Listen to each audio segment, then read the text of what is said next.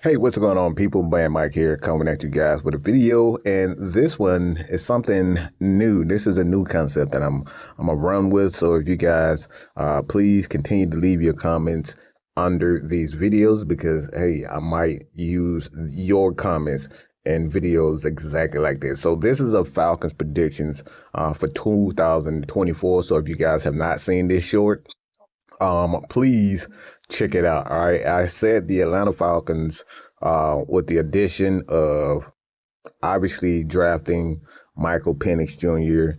and then Kirk Cousins signing him to $180 million, but essentially is $100 million deal for the Falcons quarterback. And this is what you guys had to say about it, about my 11-6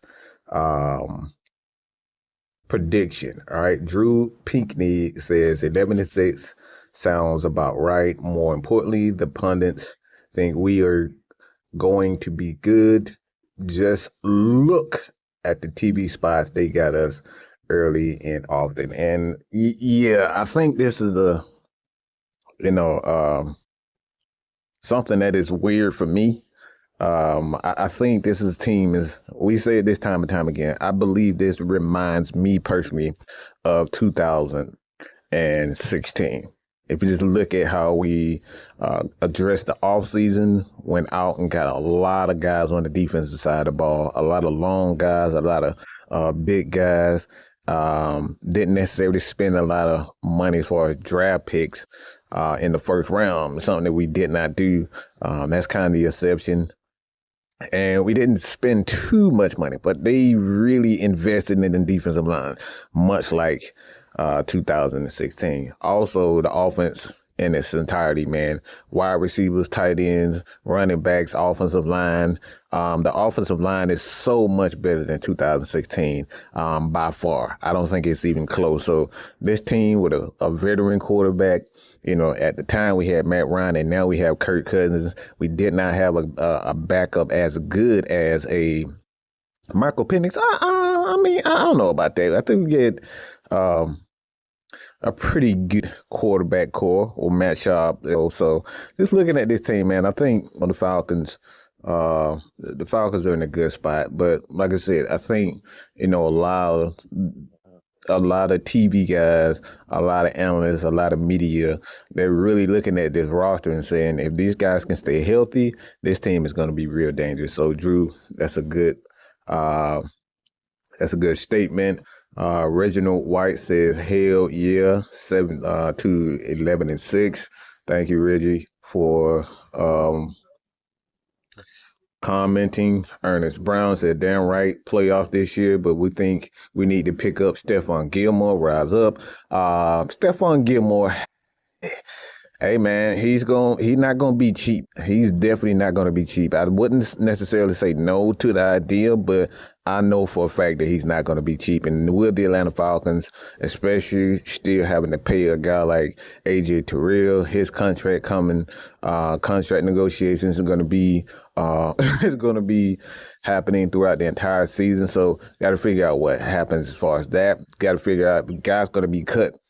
Maybe a couple of guys going to have to be cut in order to sign a guy like Stephon Gilmore. But we'll see, man. Never know what's going to happen with this team. Tony Shepard said, "I believe the Panthers would take at least one game from us."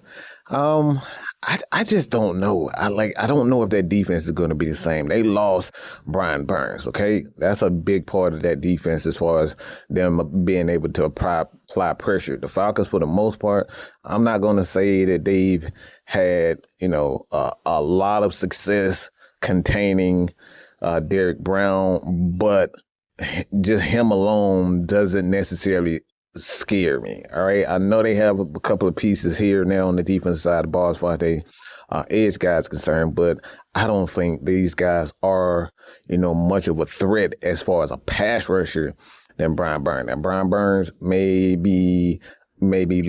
lack a bit when it comes down to been able to rush the pass. I mean, stop the run, but he's a guy that can get after the quarterback. So maybe, man, it's the division game. Not gonna say no, but the Panthers, offensively, they have to get something going with the quarterback, obviously, but more so the running game. If they can improve their running game, they can definitely be a problem for the Atlanta Falcons. Wallet Smith said, "What's good with you, Mike?" And I don't like to do predictions by I'm being optimistic about our team and always on the positive side of things. I'll predict that we'll go 12-5, no less than 11-6 at least. And anything extra is a plus. And like I said, man, I think 11-6 with this division. We know that the Saints are having trouble with Alvin Kamara. I think he wants out. So many of those guys want out. That team is just a ticking time bomb. They just need to blow it up. They just keep it real. There's guys. They have the Super Bowl. I know they want to try to get this up to the Super Bowl with Derek Carr, but with so much cap issues, injuries, they brought in guys that are injured, and a lot of guys just don't want to be there anymore. They just keep that real. They don't want to be with the Saints anymore. And like I said, it's a ticking time bomb. It's only a matter of time. But like I said, this is the NFC South. We've seen some strange things with guys, with teams we don't expect them to do much. These guys end up pretty much, fooling us. A lot of us, we were that in 2016. They had the Falcons going somewhere about 5-10. They thought they was going to be the worst team in the division. The Falcons ended up winning to the Super Bowl. So, like I said, we'll see, man. Let me know what you guys think about this. If you like this concept where I read these comments and do videos exactly like this, let me know what you guys think about this, man. This has been your boy, Madmike. Subscribe. Peace.